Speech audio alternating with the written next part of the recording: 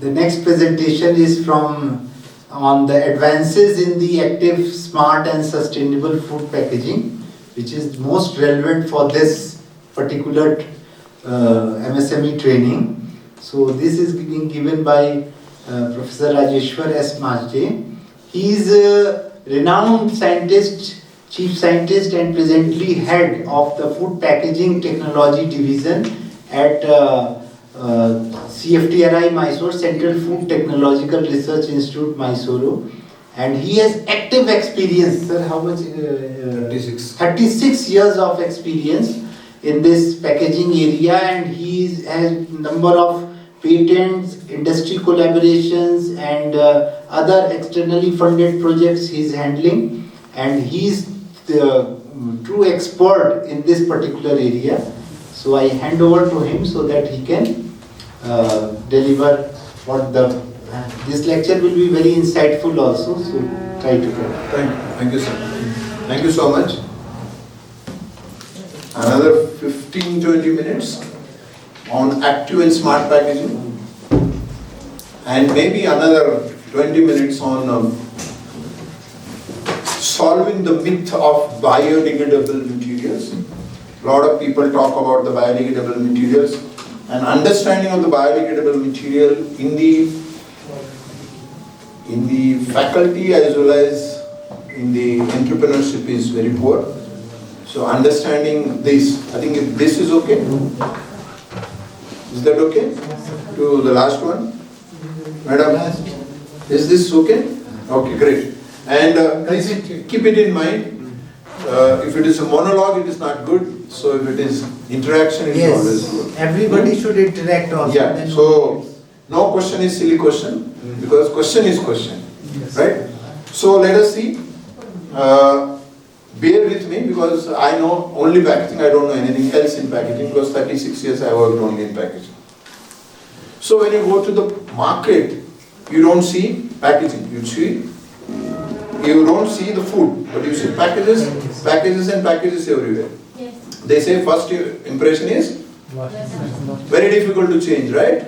So as a human being, we make an impression, and if it is negative, it's very tough to change. But if it is positive, you are open, you don't worry when the class is going to end, right? So when you take a food is made only for two purposes. One for marketing or for your consumption, another is for marketing. What is marketing? Marketing is nothing but the delivery or the direction of goods from the producer to the consumer.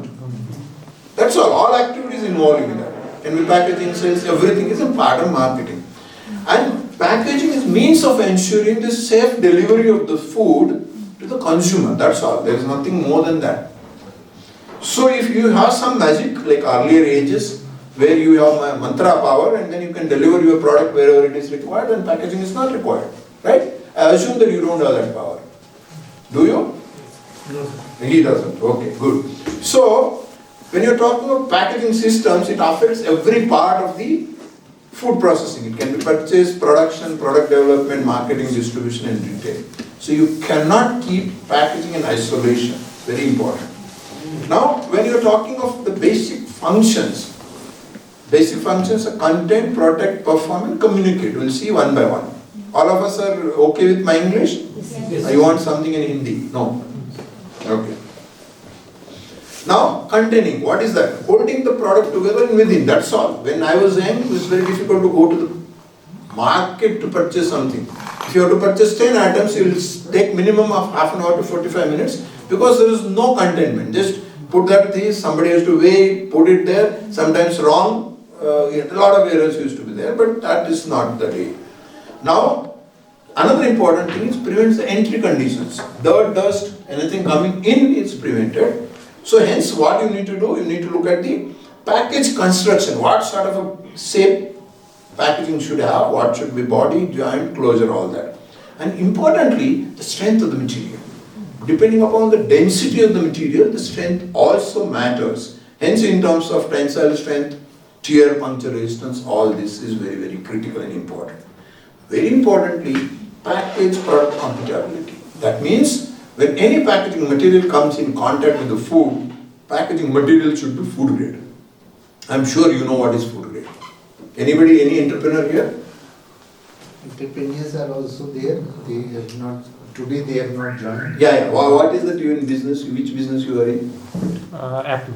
Okay, good, great. So, product compatibility means, see, according to FSSAI rules, any packaging material, any, not only plastic, because only plastic is made villain, but any packaging material, let it be glass, let it be paper, let it be plastic, let it be tin. Any packaging material which comes in contact with the food, packaging material should be food grade. What is mean by food grade? I am not going in detail because that itself we take 2 to 3 days talk, means in the sense 2 to 3 hours talk. But then when you talk of any food, there are two things. When you pack the food, food should not change its taste because of the packaging. That is number one. Number two, very importantly, it should not endanger the human health. Now you are drinking water in the bottle. Is there anything coming from bottle to the water? Are you sure? If it exposed to sunlight. No, that's what. This is where, see, I tell you, the greatest joke of one of the English literature person was, two ladies sitting below a tree on the sunny day without talking. Is that possible? No. So hence, when you take any food and you use any packaging material, the interaction is inevitable.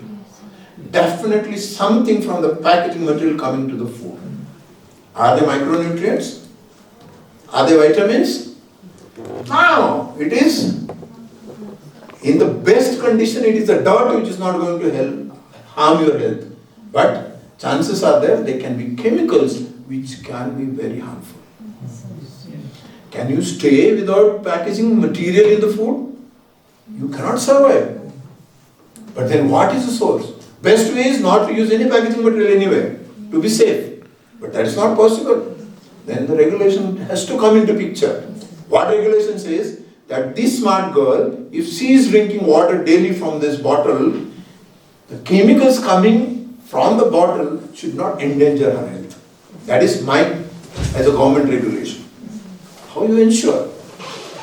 To ensure, you have seen, you order food on Swiggy, Zomato, did you? They are frequently ordered. Very frequently, nowadays it has, percentage has increased quite a lot. So you don't order, looks like.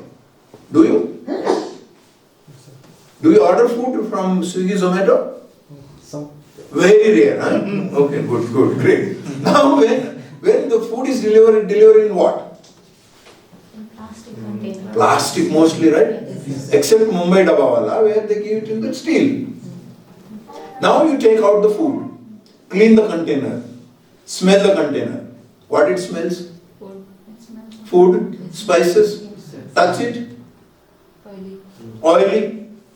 That means something from food has gone to Plastic. plastic. Knowingly or unknowingly. Correct? So the quality of the food has come down because oil has gone and then spices has gone. SEO compromised. Now something from the food packaging material also comes into the food. So both are not desirable, but you cannot do anything. But now coming to this, when something is coming to the food, the problem comes there. So the regulation comes. How to check? You are drinking water and confidently telling that she is safe. Is that so for you also? So if water is in a plastic bottle, no. Okay. Another myth. Another myth is That is also a very, very big problem. very big problem. Any packaging material comes in contact with the food, not necessarily that material is food grade. And only we are making plastic as a villain. But the biggest problem is in paper cups. Or even you for your matter, understanding, glass also is not safe. If it is not It food grade. is sterile. Sterile is one. But when you are making glass, lot of, in the process you have metals. And this metal migrate into the food. So don't be sure. But the Annealing process, Huh? annealing process, temperature is sterile. Sterilization is different. But when the compound, the metals in sterile condition also they stay there, and when food comes in contact, they migrate. Same thing with other materials also. The worst part is on paper, because paper, lot of things comes in. So, the worst part is, paper is not regulated globally. Plastic is most regulated. Not so in India. Not so in India. Glass is also not regulated. So to say that packaging material has to be food grade, it has to pass the test. What are the tests? Please understand this. Need not have to write because there is no exam. There are exams, sir. After this? After this, one feedback. Feedback form. This is my exam, not your exams. So understand that. See, intent is your food. But another thing is, if you're getting bored, you raise both hands so that I'll make it fast. Any of you? No. But No, whenever, at time, not now. I'll make bore you after some times, but that time you can do that. Alright? So understand. After this, किसका class है sir? आप ही का है। अभी मेरा ही है पूरा आप ही का। जब तक आपको सुनाया नहीं तब तक मैं छोड़ूंगा। थोड़ा सा सर हिंदी सब हिंदी बोल, मैंने पहले पूछा। अब मेरी हिंदी समझने की आप कोशिश करिए। अगर हिंदी मेरी समझ में आती है तो कोई दिक्कत नहीं है, मैं बोलूंगा हिंदी में। आ रही है हिंदी समझ में मेरी? आती है? अभी इंग्लिश मिक्स करता हूँ, हाँ, मिक्स करेंगे। हाँ चलिए। अगर मेरी भाषा समझ में आए तो ठीक है, मैं तो बोलूँगा कि भाई मेरी भी हिंदी कोई समझ सकता है। कहाँ थे हम? हाँ, तो इसके लिए अगर कॉम्प्रहेंसिव चीजें देखिए कि फूड ग्रेड बोलने के लिए क्या क्या होना जरूरी है। सबसे पहले ये होना जरूरी है कि आप जो फूड कांटेक्ट में मटेरियल आ रहा है उस मटेरियल को आइडेंटिफाई करना जरूरी है। क्या है मटेरियल वो, क्यों आइडेंटिफाई करना जरूरी है? जब आप खाने में पैक करते हैं पानी में, ये मैंने टेम्परेचर बढ़ा दिया उसका, ठीक है, थोड़ा सा बढ़ा दिया, या गर्म खाना उसमें पैक कर दिया। हिंदी में आप जरा ज्यादा खुश लग रहे हैं मुझे, दोनों में खुश है। हाँ, आप ज्यादा खुश हैं। अगर टेम्परेचर बढ़ा दिया तो क्या प्लास्टिक माइग्रेट होता है फूड में? मैडम होगा सर, श्योर होगा? गलत। अगर प्लास्टिक इतने सस्ते में माइग्रेट होता तो डिग्रेड हो रहा है। डिग्रेड होने के लिए कितना दिन लगता है प्लास्टिक में? लोग बोलते हैं हजारों साल, 100 साल लगते हैं, 50 साल लगते हैं। आप तो 50 मिनट में कर रहे हैं ये काम, तो ये तो ज्यादा हो गया ना, लेवल मिलेगा आपको। नहीं होता है। प्लास्टिक इनर्ट मटेरियल है, बहुत इनर्ट है, मुझे किसी से कोई लेना देना नहीं, ऐसे बोलता है। तो उसको कुछ फॉर्म में लाना है। देखिए, जो आर्मी में बुलेट प्रूफ जैकेट होता है उसका भी बेस मटेरियल इथिलीन है, इथिलीन से बनता है, पॉलीथिलीन। और दूसरा जो पेपर ये बैग है, ये है, ये उसका भी वही है। देखिए, बेस मटेरियल सेम है लेकिन उसकी प्रॉपर्टीज इतनी अलग है। क्यों? उसको अलग अलग प्रॉपर्टीज देने के लिए अलग अलग केमिकल डाले जाते हैं, वो छोटे मॉलिक्यूल होते हैं। उसका रोल ये होता है वो प्रॉपर्टी मिले उसको, एक बार वो प्रॉपर्टी मिल गई उसका रोल खत्म, लेकिन वो जाएगा कहां? वही में रहेगा। जब फूड कांटेक्ट में आता है तो स्लोली स्लोली माइग्रेट करेगा और आपके खाने में आ जाएगा। तो प्लास्टिक माइग्रेट नहीं होता है, प्लास्टिक का नैनो मटेरियल भी नहीं बनता है ऐसी चीजों में तुरंत, लेकिन ये जो केमिकल्स होते हैं वो माइग्रेट होते हैं। इसीलिए अलग अलग मटेरियल के लिए अलग अलग केमिकल डलते हैं। पीटी के लिए अलग डलेगा, पीपी के लिए अलग डलेगा, पी के लिए अलग डलेगा। इसलिए सबसे इंपॉर्टेंट चीज ये है, पहले आइडेंटिफाई करो क्या कांटेक्ट मटेरियल क्या है। ठीक है, जब कांटेक्ट मटेरियल आइडेंटिफाई हो गया सर, उसके बाद में लगेगा कि ये बनाने के लिए कौन से केमिकल डलते हैं, इंडस्ट्री बताएगी कि हम ये केमिकल डालते हैं, तो वो चेक होगा कि ये सेफ है या नहीं है, तब लिस्ट आएगी। तो FSSAI की एक लिस्ट है, उसको पॉजिटिव लिस्ट बोलते हैं। उस लिस्ट में क्या होता है कि पी के लिए अलग लिस्ट होगी, पीपी के लिए अलग रहेगी, पीईटी के लिए अलग रहेगी। एग्रीड? तो इस हिसाब से तो पहला सर्टिफिकेशन ये होगा, जो भी ये बना रहा है उसको ये डिक्लेयर करना है कि मैं ये पीपी यूज कर रहा हूं पैकेजिंग मटेरियल के लिए, और जो भी केमिकल ले रहा हूं ये लिस्ट से ही है। अगर कोई केमिकल लिस्ट में नहीं है तो आपका पैकेजिंग मटेरियल फूड ग्रेड नहीं है। Agreed? This is called self certification. दूसरा, गुड मैन्युफैक्चरिंग प्रैक्टिसेस। इसका मतलब क्या होता है? अब हमें कोई ट्रांसपेरेंसी लानी है, उसके लिए एक एडिटिव डलता है। हम क्या करते हैं, उसमें लगेगा 0.1%। 0.1% बहुत कम होता है ना, उसका कॉस्ट भी ज्यादा नहीं आता है। लेकिन हमारी टेंडेंसी क्या होती है, सर 0.1% बहुत कम है, प्रॉपर्टी नहीं आएगी तो पूरा का पूरा बैच खराब हो जाएगा ना। हम करते हैं, ऐसे नहीं करते यार, थोड़ा डालने में ज्यादा क्या जाता है। तो 0.1% से आपने 0.15% डाल दिया, कितना ज्यादा डाला, 50% ज्यादा डाला, 50% बाहर ज्यादा आएगा नहीं आएगा, तो डेंजरस है वो। तो गुड मैन्युफैक्चरिंग क्या बोलती है, पहले ये डिसाइड करो साइंस से कि कितना डालना चाहिए। 0.1% डालना, लिख लो, वहां मत लिखो, वहां लिखना है, लिख दिया तो बाद में जब प्रोसेस करोगे तो उससे ज्यादा नहीं डलेगा। उससे ज्यादा डल गया, आपका प्रोडक्ट फूड ग्रेड नहीं है। उससे कम डालो, नहीं डालो तो भी अच्छा है। दो सेल्फ सर्टिफिकेशन क्लियर।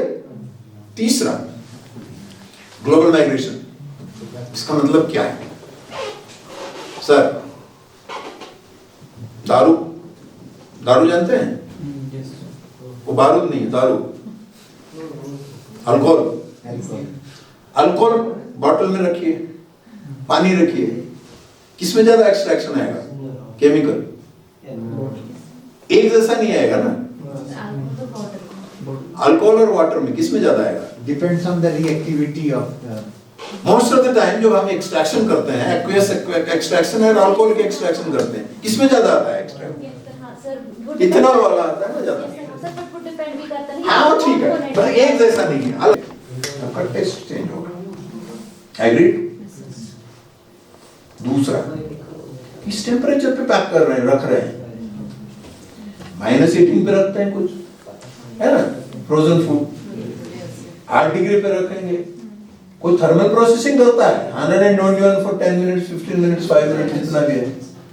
तो अलग अलग टेम्परेचर पे रखेंगे तो एक्स्ट्रा, जैसे मैडम ने बोला, अगर गर्म हो गया तो आएगा ज्यादा, तो टेम्परेचर चेंज हो गया तो एक्सट्रैक्शन अलग आएगा।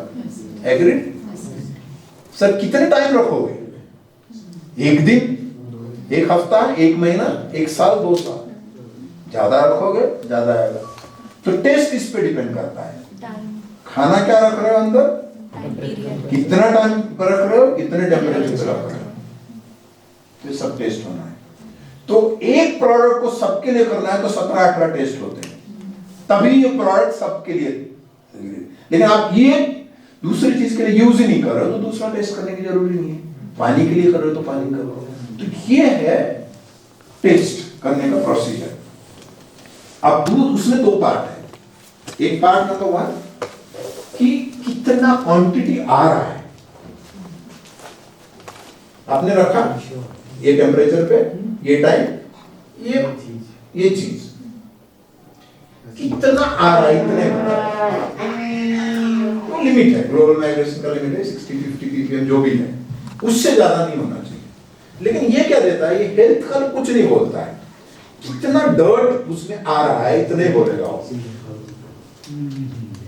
उसमें अगर टॉक्सिक मटेरियल है तो वो बहुत डेंजरस है, क्योंकि टॉक्सिक मटेरियल तो ये पार्ट्स पर बिलियन में है, ppm में है। लेकिन कुछ केमिकल्स पार्ट्स पर बिलियन में है, तभी भी हार्मफुल होते हैं, है ना सर? तो इसीलिए स्पेसिफिक माइग्रेशन होता है। उसका मतलब ये हुआ, हमने पहले क्या किया था, पहले मटेरियल कौन सा ये देखा था, फिर उसके बाद में पॉजिटिव लिस्ट में कौन सा डलता है, ये दोनों का कॉम्बिनेशन और कौन से टेम्परेचर और प्रेशर पे वो प्रोसेस होता है, उस बेसिस पे कौन से केमिकल बन सकते हैं और कौन से बाहर आ सकते हैं, ये प्रोसेस डिफाइन होता है। उस हिसाब से स्पेसिफिक माइग्रेशन होगा। जैसे थैलेट्स है और ऐसी चीजें हैं, वो स्मॉल क्वांटिटी में भी है तो बहुत डेंजरस है, इसलिए वो specific migration.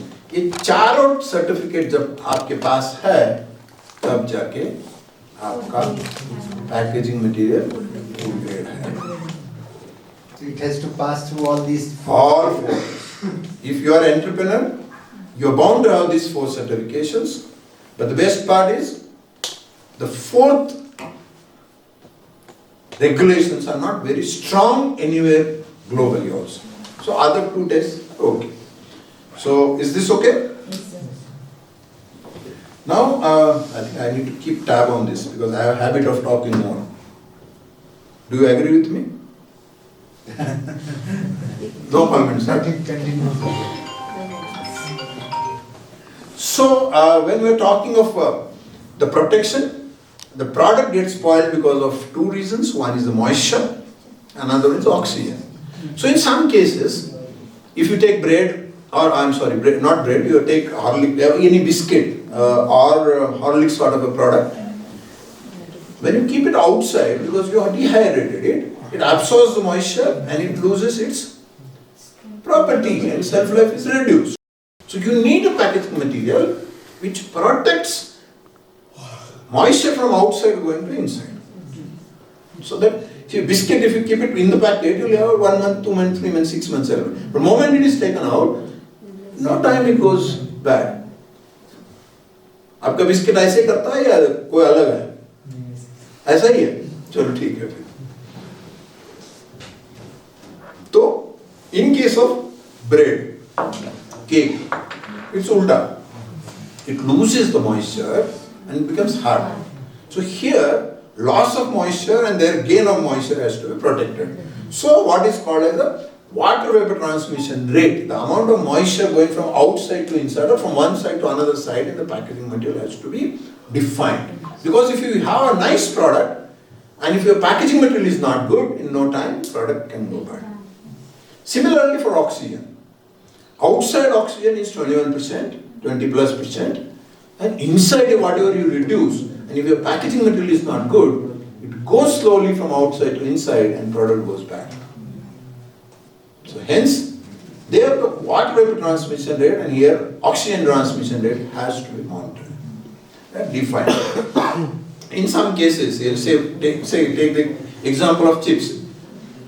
The headspace is so much, the amount of oxygen available is enough to spoil. If whatever even take a foil laminate, it will get spoiled in no time. So in that case, you have to remove the air and flush the nitrogen. Why nitrogen?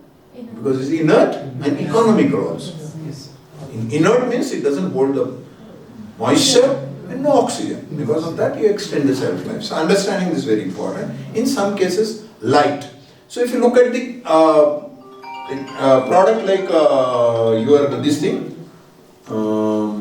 turmeric or red chili powder, they are very sensitive to light. When it interacts with the light, decoloration happens. And then this, what happens in the process? Nobody likes to have turmeric powder which is pale in color. So hence, the protection against the sunlight is also very important. Coming to That's a headspace, that width, that is also how much. Sir, this is very interesting question. I think, sir, you have done a lot of research, looks like. If you look at this, because this, I raised the question in some of the industry bodies. आप कितने लोग chips खाते हैं? सभी खाते हैं। कौन सा चिप्स खाए हैं सर, मैडम आप लास्ट? लेस हाँ। आपने लेस खाया सर? कितने का खरीदा? 20 10 का भी आता है, 20 का भी। हाँ 20 का आता है। 20 का कितना ग्राम का होता है? किसी को नहीं पता है ये वर्ल्ड में, ये तो ब्यूटी है, यही तो ब्यूटी है। कितना ग्राम, हम एजुकेटेड है ना, 7, 8, 10। हम एजुकेटेड है, कभी भी नहीं देखते ये, वेरी लेस क्वांटिटी। ठीक है। 2 चीजें हैं उसमें। इसमें मैंने ये पूछा कि हमारी चर्चा चलती है कि कोई भी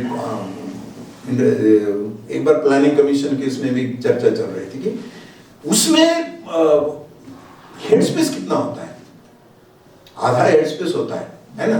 ज्यादा ही होता है, ज्यादा ही होता है। तो मैंने क्या बोला, ये हम इंडस्ट्री के साथ डिस्कस कर रहे थे, तो उन्होंने यही पूछा, ये मैंने जो क्वेश्चन पूछा है उसने मुझे पूछा, तो मैं क्योंकि एक्सपेरिमेंट कर रहा था, मुझे पता था कितना वेट होता है जनरली, इसलिए फंस गया उसमें, लेकिन मैं नहीं फंसा अभी तक, क्योंकि आप लोग किसी ने करेक्ट बताया ही नहीं। तो उसमें क्या होता है, तो उसने क्या बोला कि मैं लेस कंपनी का ओनर हूं, ठीक है, मैं एक छोटा पैकेट है और एक बड़ा पैकेट है, 10 रुपए में कौन सा उठाएंगे आप? बड़ा वाला, उसमें मैं 2 ग्राम कम रख रहा हूं, तभी भी बड़ा ही उठाओगे ना। है या नहीं है? फैक्ट है नहीं है? साइकोलॉजी है, साइकोलॉजी है या नहीं है? तो बोला इसीलिए हम बड़ा बनाते हैं। तो देखिए चाइना कहाँ है, मैं प्रमोट नहीं कर रहा हूँ चाइना, बिकॉज लाइव है, लेकिन जो अच्छा है वो अच्छा है। चाइना ने एक हमारे लिए रिव्यू आया था, 4-5 साल हुए होंगे, जस्ट कोविड के बाद या कोविड के टाइम में रिव्यू ऐसा आया था, उन्होंने एक स्टैंडर्ड बनाया है, पहले देखना है कि चिप्स के लिए कितना ग्राम, चिप्स के लिए कितना वॉल्यूम जरूरी है, उससे ज्यादा अगर वॉल्यूम आ गया तो आप प्रॉब्लम में हो। 10 ग्राम के लिए उतना वॉल्यूम है तो उतना होगा, उससे कम होगा, उससे ज्यादा नहीं होगा। इसका क्या मतलब है, आपका पैकेजिंग मटेरियल बच रहा है, ट्रांसपोर्टेशन बच रहा है, वहां रेगुलेशन है, यहां भी या नहीं है। तो ये जो चीजें है कि कितना जरूरी है, तो ये हेड स्पेस बहुत जरूरी है। तो हम कहाँ देखिए ऐसा होता है, कुछ बोल रहे थे, सर ने कुछ क्वेश्चन पूछा, मैं कहीं और निकल गया। तो ये दूसरा है। उसके बाद में ये पैकेजिंग प्रोटेक्शन किस चीज से लिए, मैकेनिकल हजार्ड्स, उसमें क्या होता है, शॉक ड्रॉप होता है, सेंटिंग होता है, उसमें भी प्रोडक्ट डैमेज हो सकता है, बॉक्स डैमेज हो सकता है, वाइब्रेशन में भी प्रोडक्ट डैमेज हो सकता है, उसमें कुशनिंग ढंग से होनी चाहिए, कंप्रेशन स्ट्रेंथ, जो बॉक्स से एक दूसरे के ऊपर रखते हैं तो बॉटम बॉक्स सबका लोड लेता है, तो वो भी लेना चाहिए। और उसके बाद में कुछ टाइम के लिए रखते हैं तो ज्यादा लोड ले सकता है, 10 दिन रखोगे, 100 दिन रखोगे तो उसका लोड बेरिंग कैपेसिटी कम होता है, इसलिए वो भी बहुत जरूरी है कि आप जो है कितना कंप्रेशन रखना है, वो इंपॉर्टेंट है। उसके बाद में दूसरी एक इंपॉर्टेंट चीज है जो वेस्टर्न कंट्रीज में होती है, कॉल्ड पैलेटाइजेशन। पैलेटाइजेशन क्या होता है कि ये एक ऐसा ये होता है, ये प्लेटफॉर्म होता है, और उस प्लेटफॉर्म पे आप अपने बॉक्सेस रख सकते हैं और उसको बॉक्सेस ऐसे रख के उसको यूनिटाइज कर सकते हैं। वहां इसीलिए होता है क्योंकि उसमें मैकेनिकल हैंडलिंग होता है उनका, तो इंडिया में मैकेनिकल हैंडलिंग तो है नहीं। तो इसकी वजह से क्या होता है, हम जब रखते हैं एक दूसरे के ऊपर, थोड़े देर में वो डिसअलाइनमेंट हो जाता है। ट्रांसपोर्टेशन में तो बहुत ज्यादा होता है, बॉक्स बॉटम के कंप्रेस होने लगते हैं, ब्रेक होते हैं। इसके लिए वो स्ट्रॉन्ग बॉक्सेस लेने पड़ेंगे, 20-30% एक्स्ट्रा कॉस्ट लगेगा। लेकिन ये सिंपल पॉलिटाइज करेंगे आप, ऐसा बॉक्स रखा के एक दूसरे के ऊपर रख के उसको अगर यूनिटाइज करते हैं तो वो डैमेज नहीं होगा, कम होगा कंपैरेटिवली। सो थोड़ा सा कॉस्ट आप कम कर सकते हैं उसमें। उसके बाद में परफॉर्मेंस बहुत इंपॉर्टेंट है, मशीनेबिलिटी होनी चाहिए, एमिकेबिलिटी ड्यूरिंग हैंडलिंग। ये जनरेशन अलग जनरेशन है आपका, हमारा जनरेशन में और आपके जनरेशन में बहुत अंतर है। आप कोई भी कन्वीनियंस और स्टाइल लेने के लिए ज्यादा पैसा देने के लिए तैयार है। कितने लोगों के पास आईफोन है? क्यों आईफोन है? आईफोन क्या देता है? कुछ नहीं देता है। बगल वाला बोलना चाहिए, अरे यार इसके पास तो आईफोन प्रो है, इसका मतलब 1.5 लाख का है, स्टेटस, और तुरंत 2 साल के बाद वो आउटडेटेड होता है। तो आपको अपग्रेड करना ही करना है। किसके लिए? खुद के लिए नहीं है, दूसरों के लिए। तो ये ईगो है, ईगो आपको पैम्पर करना है। अगर आपने पैम्पर नहीं किया तो कोई और करेगा, वो माल ले जाएगा। अब मेरी सैलरी बढ़ गई, मतलब आज नहीं बढ़ी है, ऐसे बोल रहा हूँ, तो लोग बोले जाते कि भाई आप सैलरी बढ़ गई तो खाने पीने में खर्चा बढ़ाना चाहिए ना। वाइफ बोलते अरे जरा अच्छा लाओ, तो अच्छा लाना है तो क्या अच्छा लाए? 2 प्रोडक्ट हैं, आप ही के हैं, एक 100 रुपए का है, 200 रुपए का है, कौन सा ले हम? इतना दुगना क्वालिटी अच्छा है क्या उसका? नहीं है ना, तभी क्यों लेना है? इसीलिए लेना है। लेकिन हम नहीं करते, इंडियन बोलते हैं अरे यार नहीं छोड़ो यार, ये इतना प्रॉफिट मतलब चीट कर रहे हैं, ऐसा नहीं है। देने वाला तैयार है, हम लेने वाले तैयार नहीं है। तो ये भी जरूरी है, ये भी जरूरी है कि ये जो पैम्पर करना है, ये वो बॉटल है, कन्वीनियंस देना है, 1 रुपया ज्यादा लेना है, स्टाइल देना है, 1 रुपया ज्यादा लेना है, तो ये जरूरी है परफॉर्मेंस में। तो ये नहीं देंगे कंज्यूमर के लिए तो मजा नहीं है सर। आप जरा दूर बैठे तो कम्युनिकेट भी करती है ढंग से, और यू नीड टू आइडेंटिफाई। कोई आपने जीरियाट्रिक फूड बनाया है, जीरियाट्रिक फूड या पीडियाट्रिक फूड है या डायबिटिक फ्रेंडली फूड है, तो उसमें अगर ढंग से लिखे जाए तो आपका इंफॉर्मेशन है, तो आपका कम्युनिकेशन अच्छा होता है और वो मोटिवेट भी करेगा बाय के लिए। अभी क्या है कि ये जो जमाना है ना अलग है। ये आप मॉल में देखते हैं, बहुत जगह पे एडवर्टाइजमेंट आता है कि एक एक प्रोडक्ट है, जैसे टोमेटो, ओनियन वगैरह होता है ना, मार्केट से आधे कीमत में देते हैं, इसीलिए कि ये कंज्यूमर को वहां खींचे जाए। और एक बार कंज्यूमर मार्केट में पहुंच जाता है तो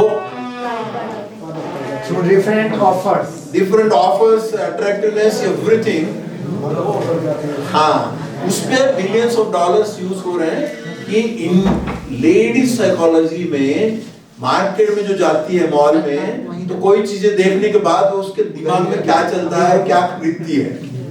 40% डिस्काउंट, 50% डिस्काउंट, ये सब डिस्काउंट वो सब चलते हैं, तो वो है एक बार वहां आ गया, वो फ्रैक्शन ऑफ सेकंड में वो लेडी को अट्रैक्ट करना है आपको, नहीं किया तो प्रोडक्ट आपको बिकेगा ही नहीं। अट्रैक्ट किया तो जरूरी नहीं है बिकेगा, लेकिन प्रोबेबिलिटी है कि वो चेक करेंगे, भैया अच्छा तो दिख रहा है, चलो ट्राई करते हैं। तो ये बहुत जरूरी है, ठीक है। उसके बाद में मैं उसमें डिटेल में नहीं जाऊंगा, ये आदत है ना। तो ब्रांड, आपको अगर बड़ा बिजनेस बनाना है तो ब्रांडिंग जरूरी है, और विदाउट प्रॉपर पैकेजिंग ब्रांडिंग बनाना डिफिकल्ट है। कितना टाइम हुआ? 15 मिनट हुए, ज्यादा हुआ? करिए सर, करिए, अच्छा लग रहा है। सुनने में अच्छा लग रहा है। कुछ ऐसा डालते हैं जो पैकेजिंग मटेरियल का परफॉर्मेंस इनहांस करे। जैसे हम बोले कि भाई ऑक्सीजन स्पॉइल कर रहा है फूड प्रोडक्ट को, तो क्या करें? फूड के साथ कॉम्पीट करें, ऐसी चीज रखें उसमें कि वो फूड ऑक्सीजन को रिएक्ट करने से पहले वो खा जाए। ऑक्सीजन के बाद ऑक्सीजन रहे ही नहीं फूड के लिए, उसको बोले ऑक्सीजन क्या है। तो इसीलिए जब डिजाइन करेंगे तो ऐसा डिजाइन करेंगे कौन सा फूड है, उसको ऑक्सीजन की एफिनिटी कितनी है, उससे ज्यादा एफिनिटी वाला प्रोडक्ट रखें। सही जा रहा हूं सर मैं? हाँ, तो ये हुआ active, actually you are doing something. अब जैसे नाइट्रोजन फ्लश करने के बदले में मैं क्या करूंगा, वहां ऑक्सीजन स्कैवेंजर डाल दूंगा, वो वही काम करेगा, करेगा नहीं करेगा देखना उसमें। लेकिन काम क्या कर रहा है, मॉइस्चर जाने नहीं दे रहा है अंदर, मॉइस्चर आया तो वो भी ऑब्जर्व करेगा, ऑक्सीजन ऑब्जर्व करेगा, तो वो अपना काम करना चाहिए। इंटेलिजेंट में क्या करेगा, वो कंज्यूमर के साथ इंटरेक्ट करेगा। और जो भी मैं अभी यहां से उदाहरण दूंगा, जो भी है वो अपने पेटेंट है, अपने इंडस्ट्री पार्टनर वालों के साथ किए हुए हैं, और ये कमर्शियली कुछ अवेलेबल है। इसमें एक्टिव पैकेजिंग में 2 चीजें होती हैं। एक इंडिपेंडेंट सिस्टम होता है, जैसे सैचे आप देख रहे हैं उधर, वो सैचे होता है, पैड होगा, स्ट्रिप होगा, लेबल होगा, एक साथ कुछ भी एक चिपका दो और अंदर डालो, which are inside the package.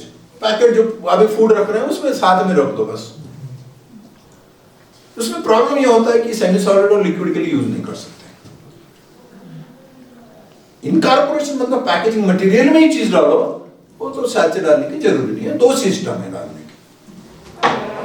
अभी कौन से एग्जांपल है एक्टिव पैकेजिंग में, आप ये देख सकते हैं, ऑक्सीजन स्कैवेंजर है, इथिलीन, प्रिजर्वेटिव रिलीजर है, मॉइस्चर एब्सॉर्बर है, बहुत सारे हैं ऐसे। लेकिन कुछ जो अभी काम है उसमें, कोई भी रिसर्च बहुत इंपॉर्टेंट है। कोई भी प्रोडक्ट ले लीजिए, आइसक्रीम अगर आप -25 से नीचे डालोगे तो वो क्रिस्टलाइजेशन होगा, और उसमें से बहुत सारा प्रॉब्लम हो जाएगा और एनर्जी भी ज्यादा लगेगी। थोड़ा सा टेम्परेचर ज्यादा है तो वो माउथ फील नहीं आएगा, सॉफ्टनेस आएगा, ये सब चीजें होगी। तो करेक्ट टेम्परेचर जरूरी है। डोसा के लिए भी वही है, पिज्जा के लिए भी वही है। ये जो 68 to 80 डिग्री पे अगर है तो उसका टेस्ट ठीक रहेगा। जो वार्म अगर खाते हैं तो वो टेस्ट नहीं आएगा। चाय का भी वही हाल है। चाय अगर ऑप्टिमम टेम्परेचर पे नहीं है, हाई टेम्परेचर है तो टेस्ट नहीं आएगा, लो पे भी नहीं आएगा। ऑप्टिमम टेम्परेचर बहुत जरूरी है। तो इसलिए हमने ये कंपनी के साथ टाइप किया है, अकाया बोल के। तो ये अलग अलग, ये हमारे 2 इंडियन पेटेंट और 5 कंट्री में पेटेंट हुए हैं उसके। तो उसमें ये होता है कि ये टेक्नोलॉजी है, उसमें 0 पावर इन ट्रांजिट। आप प्रोडक्ट ट्रांसपोर्ट करते हैं तो आपको पावर की जरूरत नहीं, वो टेम्परेचर उतना ही मेंटेन करेगा, वो उतने ड्यूरेशन तक। Eco friendly, number of times use कर सकते हैं, एक्टिव थर्मल रिटेंशन है, IoT बेस है, इसलिए रियल टाइम ट्रैकिंग होगा, और स्मार्ट लॉक है, ओपन नहीं कर सकते। जब तक कंज्यूमर्स के पास OTP नहीं जाता तो ओपन ही नहीं होगा, इसलिए वो बीच में निकाल के खाने वाला मसला नहीं रहेगा, सिर्फ कस्टमर का सेफ्टी भी रहेगा। सो इसलिए ये पेटेंटेड है। तो ये I am not going in structure on this. तो कहाँ आएगा? फार्मा में चल रहा है अभी टॉप, डायग्नोस्टिक में चलेगा, मीट फ्लावर में बहुत काम आएगा, हॉस्पिटैलिटी इंडस्ट्री में काम आएगा। तो इसमें 2 चीज़ें हैं, एक तो लो टेम्परेचर वाला है आइसक्रीम वगैरह के लिए, दूसरा है हरिता बोल के, ये फार्मर्स का डिलीवरी के लिए भी काम आएगा और एक क्विक डिलीवरी में भी काम आएगा। इसमें ये सब फैसिलिटीज़ रहेगी। ऐसा आप सिर्फ इसमें रखो, प्रीकूल करो, लोड करो और प्रोडक्ट ले जाओ, 2 घंटा 3 घंटा 7 घंटा, कई जगह पे 7-7 दिन तक रहेगा। तो ये सॉल्यूशन है स्टार्टअप के साथ। तो ये इसका हो गया, ये एक्टिव पैकेजिंग। अब कितना स्टैमिना है उस पे, बायो बेस्ड मटेरियल, ये 3 कंपोनेंट है। बायो बेस्ड मटेरियल क्या है, बायोडिग्रेडेबल मटेरियल क्या है, और अभी आजकल लोग बायोडिग्रेडेबल से ज़्यादा लाइफ साइकिल एनालिसिस क्या है, क्योंकि ये यहाँ से आगे वाला एक टोटली क्लास है, मतलब 1 घंटे भर का। अगर आप चाहे तो 10-15 मिनट में खत्म करो या शुरू ही ना करें। थोड़ा सा ओवरव्यू दे दीजिए सर रिकॉर्डिंग।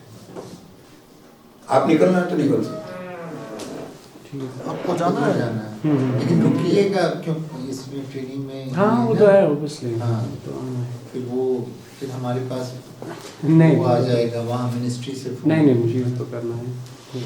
सो बायो बेस, अब अभी मैं 10-15 मिनट हाँ खत्म 10-15 करूंगा। मिनट में हो जाएगा। हाँ। फोटो आप लगा दीजिए। 5 के करीब खत्म करेंगे, ठीक है? मुझे लगता है क्वेश्चन तो कोई रहेंगे नहीं, इसलिए सिर्फ मोनोलॉग ही रहेगा। सुनने में अच्छा लग रहा है, बोलने में नहीं ना। नहीं, you need some, then you can interact also, इसीलिए तो शुरू में ही बोला गया था कि be an interactive। सो बायोबेस, बायोबेस का मीनिंग क्या है, क्या आपको क्या समझ में आता है? बायोबेस प्लास्टिक का मतलब क्या है? आप बताओ ना मादिया। क्या sir bio based plastic, plastic जिसमें हम जो बायोलॉजिकल कंपोनेंट्स होते हैं उनका यूज करके, फॉर एग्जांपल जैसे पैक्टिन फिल्म, काइटोसान फिल्म्स होती हैं। ये आप बायोडिग्रेडेबल बोल रहे हैं, बायोबेस नहीं बोल रहे हैं। लेकिन वो भी तो यही है ना। हाँ, तो यही हम चाहते हैं कि क्लैरिटी आए। इस क्लास के बाद आपको क्लैरिटी आएगी, बायोबेस क्या है, बायोडिग्रेडेबल क्या है। क्या सर आपका बायोबेस का अंडरस्टैंडिंग? प्लांट प्रोडक्ट्स और something else also. Plant based plastic. देखिए उसमें क्या है कि बायोबेस में जहां भी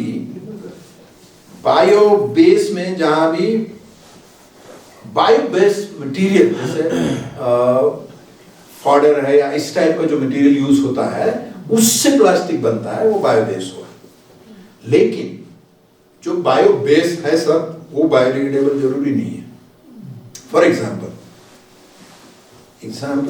फीड स्टॉक ओरिजिन, जो भी फीड स्टॉक ओरिजिन है, फॉर एग्जाम्पल शुगर केन है, बीट रूट है, क्लियर, उससे आप एथेनॉल बना सकते हैं फर्मेंट करके। इथेनॉल से डिहाइड्रेट करके इथिलीन बनेगा। इथिलीन को हाई प्रेशर और टेम्परेचर दो, क्या बनेगा? पॉलीथिलीन बनेगा।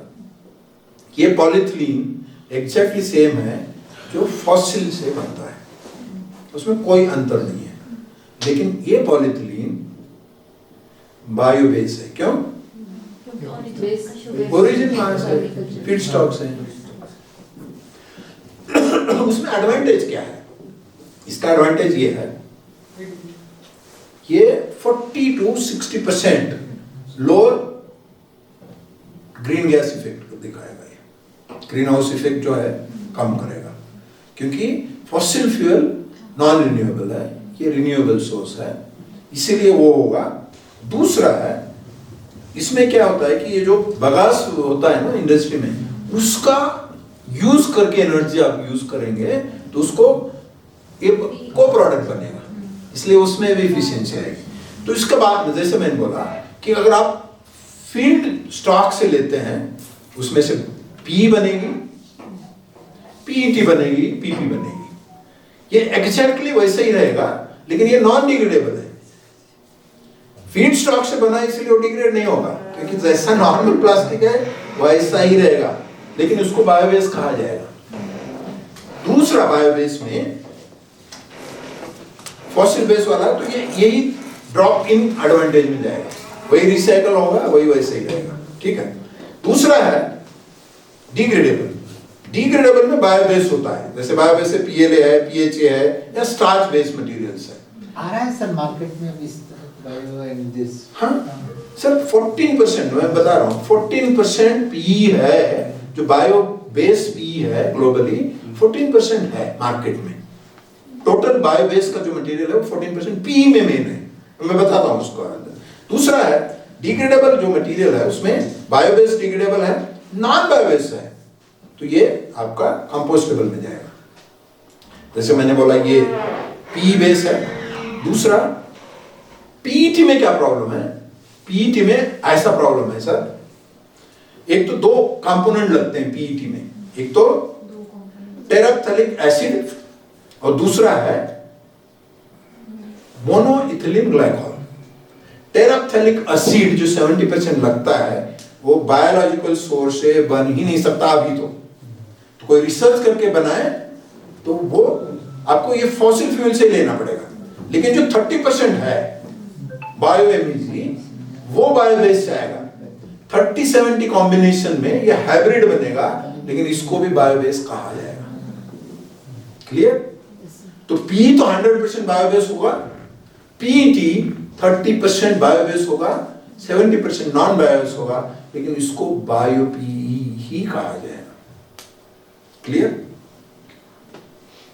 तो इसमें जो टोटल मटेरियल है बायो बेस मटेरियल, उसमें मेजर 14% पी का है, क्योंकि आप जो इंडिया में भी जो बन रहा है ना, जो इथिलीन, जो शुगर केन इंडस्ट्री से इथेनॉल बनेगा, उससे भी आप बायो पी बन सकते हैं। और उसका एडवांटेज ये है, ये जो बायो बेस डिग्रेडेबल मटेरियल्स होते हैं, ये नॉर्मल रिसाइकल में जाएगा, आपको रिसाइकलिंग आई एम सॉरी, ये बायोडिग्रेडेबल साइकिल में जाएगा, उसको कंपोस्टिंग या डिग्रेडेशन करना पड़ेगा।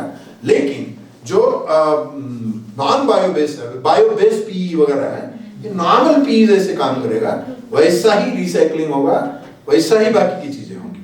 उसके बाद में हम आते हैं कि पॉली जो हम बायोडिग्रेडेशन जो बोलते हैं, बायोडिग्रेडेशन में क्या होता है, जो भी आप मटेरियल लेते हैं, प्लास्टिक जो ऑर्गेनिक कार्बन बेस है, उसमें आपको उसको कन्वर्ट करना है। जो भी प्लास्टिक हम लेंगे उसको बायोडिग्रेडेबल कैसे कहेंगे, जब उसको जो कार्बन बेस है उसको टोटल बायोमास में कन्वर्ट करना है, वाटर, कार्बन डाइऑक्साइड एंड और even in some cases methane. ये जो पूरा प्रोड्यूस होगा तो उसको बायोडिग्रेडेबल कहा जाएगा। एक गिवन टाइम फ्रेम में, इन्फिनिटी नहीं है, क्योंकि कोई भी प्लास्टिक 200 साल रखोगे तो डिग्रेड होगा, लेकिन एक गिवन टाइम फ्रेम में होगा। तो उसमें 3 चीजें हैं। एक सबसे इंपॉर्टेंट कार्बन बेस मस्ट है, दूसरा एक्शन माइक्रो ऑर्गेनिज्म से होगा, बायोफिल्म बनेगा, बैक्टीरिया होगा, फंगा होगा। दूसरा पर्टिकुलर टेम्परेचर और ह्यूमिडिटी नहीं रखना पड़ेगा, तभी बायोडिग्रेड होगा, नहीं तो नहीं होगा। और चौथा, उसको सब कार्बन कंपाउंड को कार्बन डाइऑक्साइड में कन्वर्ट करना पड़ेगा। इसमें क्या होता है, जैसे बायोडिग्रेडेशन, टिपिकली बायोडिग्रेडेशन शुरू होता है, बायोफ्रैगमेंटेशन होगा, असिमिलेशन होगा और फिर ये मिनरलाइजेशन में कार्बन डाइऑक्साइड में कन्वर्ट होगा। ये जनरली ऐसा प्रोसेस होता है। आप इसमें बहुत इंपॉर्टेंट चीजें हैं। जब बायोडिग्रेडेशन बोलते हैं तो अलग अलग टाइप का होता है। एक इंडस्ट्रियल कंपोस्टिंग होता है। आपका पीएलए इंडस्ट्रियल कंपोस्टिंग का मतलब आपको वो मटेरियल लेना पड़ेगा, इसको 58 डिग्री, समझिए 58 डिग्री 180 डेज तक रखना पड़ेगा। ये उसमें 2 to 4 months old compost inoculum में ही रखना पड़ेगा। उसका एस कंटेंट इतना ही होना है, उसका वोलेटाइल इतना ही होना है। सबसे इंपॉर्टेंट है इसमें पीएच भी मेंटेन करना पड़ेगा और मॉइस्चर भी मेंटेन करना पड़ेगा। ये कंडीशन मेंटेन नहीं हुई, आपका कंपोस्टेबल मटेरियल कंपोस्ट नहीं होगा। It is as good as bad as the normal plastic. तो industrial compost, PLA is industrial composting. PLA अगर इस कंडीशन पे नहीं रखते 58 डिग्री ये टेम्परेचर और ये ह्यूमिडिटी पे, तो वो प्लास्टिक जैसा ही रहेगा, डिग्रेड नहीं होगा।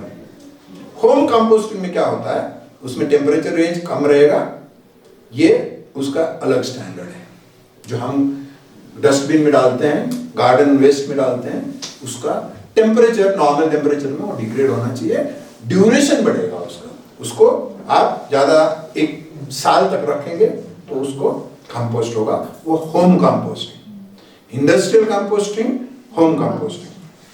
तीसरा सॉइल, वो तो आपको इनोकुलम लाना पड़ेगा। ये सॉइल का टेक्सचर होना है, सॉइल सरफेस लेना पड़ेगा, पार्टिकल साइज फिक्स है, पीएच फिक्स है, मॉइस्चर फिक्स है। ये डार्क कंडीशन रखेंगे तभी ये डिग्रेड होगा। Industrial composting, home composting, soil degradation, very important. Third, कोई चीज जो बायोडिग्रेडेबल है, इंडस्ट्रियल कंपोस्टेबल है, होम कंपोस्टेबल है, पानी में फेंको तो जरूरी नहीं है कंपोस्ट होगा। उसको फ्रेश वाटर कंपोस्टिंग कहा जाता है। उसके लिए उसकी कंडीशन अलग है, उसका टेस्ट अलग है। क्लियर?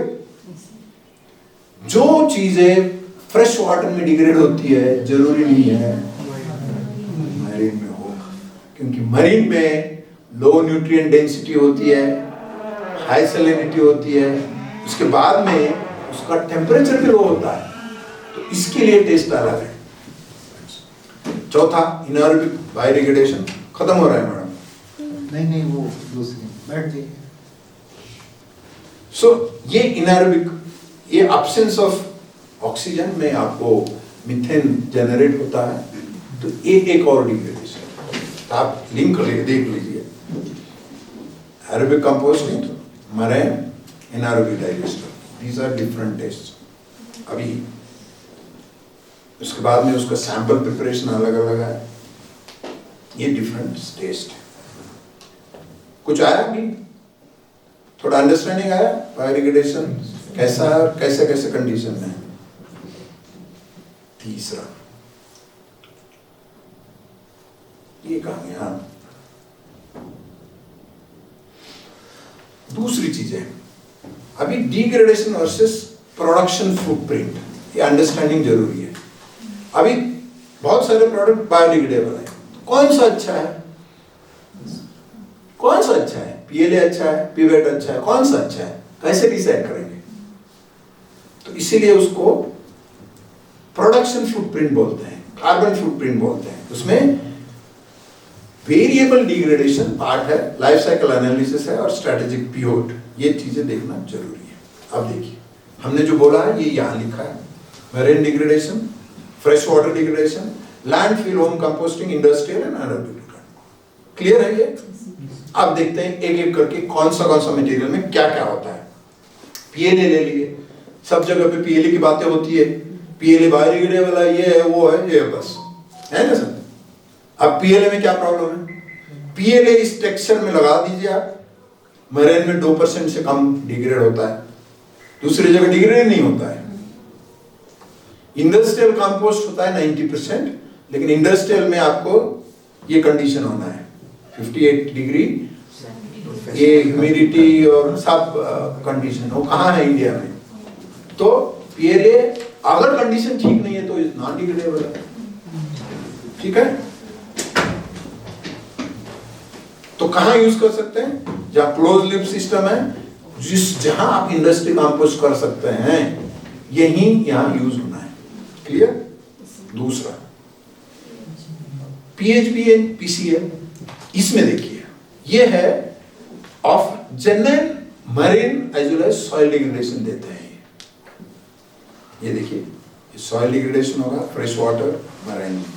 तो ये जहां है, इसमें क्या होता है? जैसे एग्रीकल्चर फिल्म्स है, फिशिंग गियर्स है, जब चांसेस कि ये टूट के पानी में जाएगा और फिर वो डिग्रेड नहीं होगा तो इश्यू होगा।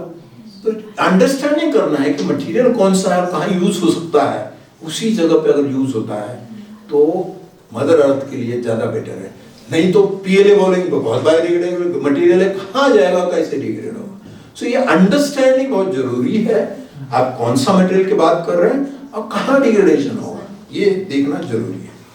सिमिलरली फॉसिल बेस है, उसमें क्या किया जाता है? फॉसिल बेस में जैसे पीबेट और PBS है, ये एक स्पेसिफिक एरिया में, ये देखिए होम कंपोस्टिंग होता है ये, और इंडस्ट्रियल कंपोस्टिंग भी होता है।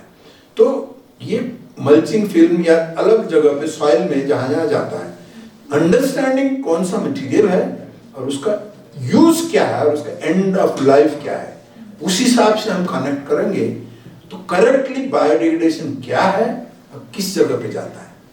आप देखिए ग्लोबली हम कितना, मैं ये पूरे इसके साथ बोल रहा हूं, आप पेपर उठा के देखिए, पीपल जो बायोडिग्रेडेशन बोलते हैं ये क्या करते हैं। 70% पेपर में क्या है, सॉइल में दबा देते हैं, कौन सा सॉइल है क्या पता नहीं है, वेट लॉस हो गया, बोल दिया डिग्रेडेशन हो गया। ऐसे मैंने कितने पेपर रिजेक्ट किए, लेकिन एडिटर को समझ में नहीं आता, वो फिर पब्लिश कर देता। तो ये जो है अंडरस्टैंडिंग बायोडिग्रेडेशन क्या है और कौन से कंडीशन में बायोडिग्रेडेशन है, एज ए एंटरप्रेन्योर कहाँ यूज होना है, एज ए रिसर्चर किस जगह पर लगाना है, ये बहुत बहुत इंपॉर्टेंट। क्लैरिटी इज एसेंशियल, बहुत essential है। क्योंकि Yeah. मिस इंफॉर्मेशन भी या दूसरी इंपॉर्टेंट चीज, अभी खत्म हो रहा है 2 मिनट में, लाइफ साइकिल असेसमेंट। जो मैंने बोला कि आपको ये देखना है कि ये जो आप रिसोर्स लेते हैं, रॉ मटेरियल एक्सट्रैक्ट करने के लिए कितनी एनर्जी लगेगी, उसके बाद में उसको प्रोसेसिंग में वाटर और बाकी की चीजें कितना खर्चा होगा, इसके बाद में उसको मैन्युफैक्चरिंग कन्वर्ट करके उसको डिस्ट्रीब्यूशन में जहां जहां कितने कार्बन फुटप्रिंट लग रहे हैं उसको सब ऐड करेंगे, तब जाके उसको लाइफ साइकिल असेसमेंट बोलते हैं।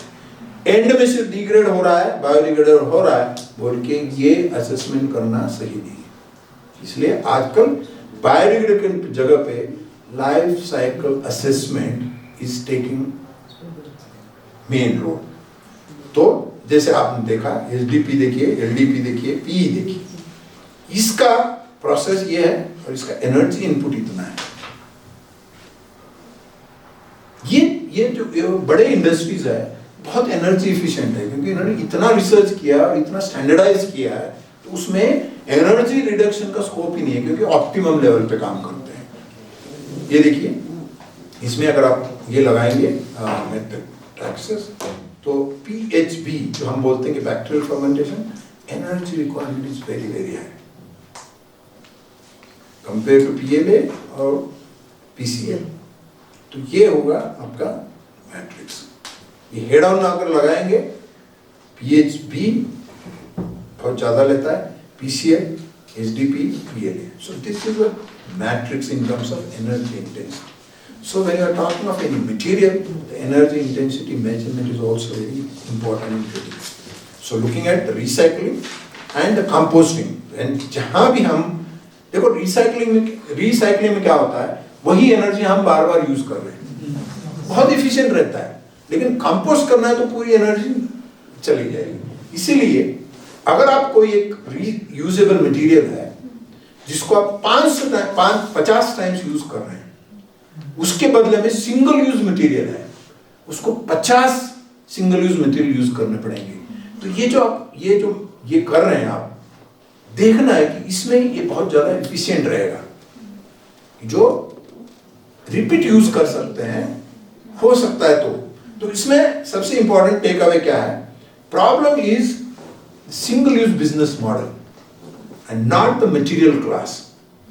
वो मटेरियल आप सिंगल यूज में यूज करेंगे तभी प्रॉब्लम है, अगर उसको मल्टीपल यूज करेंगे तो इफिशिएंट रहेगा।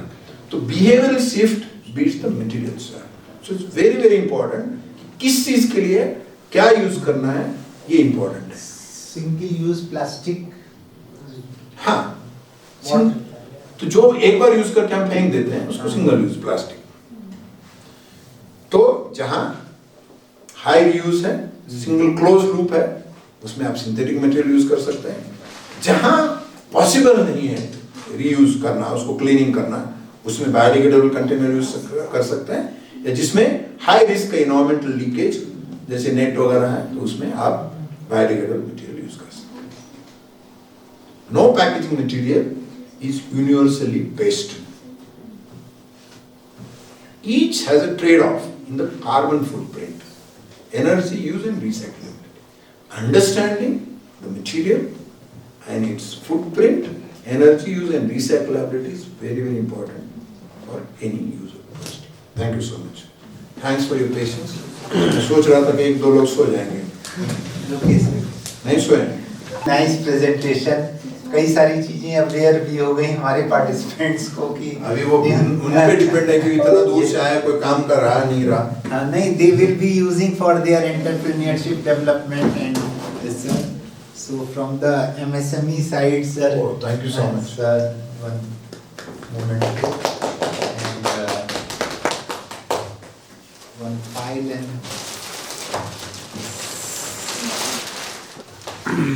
अच्छा, बैग भी है। Bag and. हाँ, वो ले जाने के लिए जरूरी है, क्योंकि मैं सोच रहा था कि अभी फ्लाइट में कैसे ले जाऊँ। Yes, sir. Thank you. Okay, sir. बाकी इसके लिए सर डिब्बा भी so everybody will take benefit from what the sir told about the different patents, different absorbers, sir, plant-based absorbers. These are readily available. No, it's material is available, but there some people are working on it. You can also become an entrepreneur.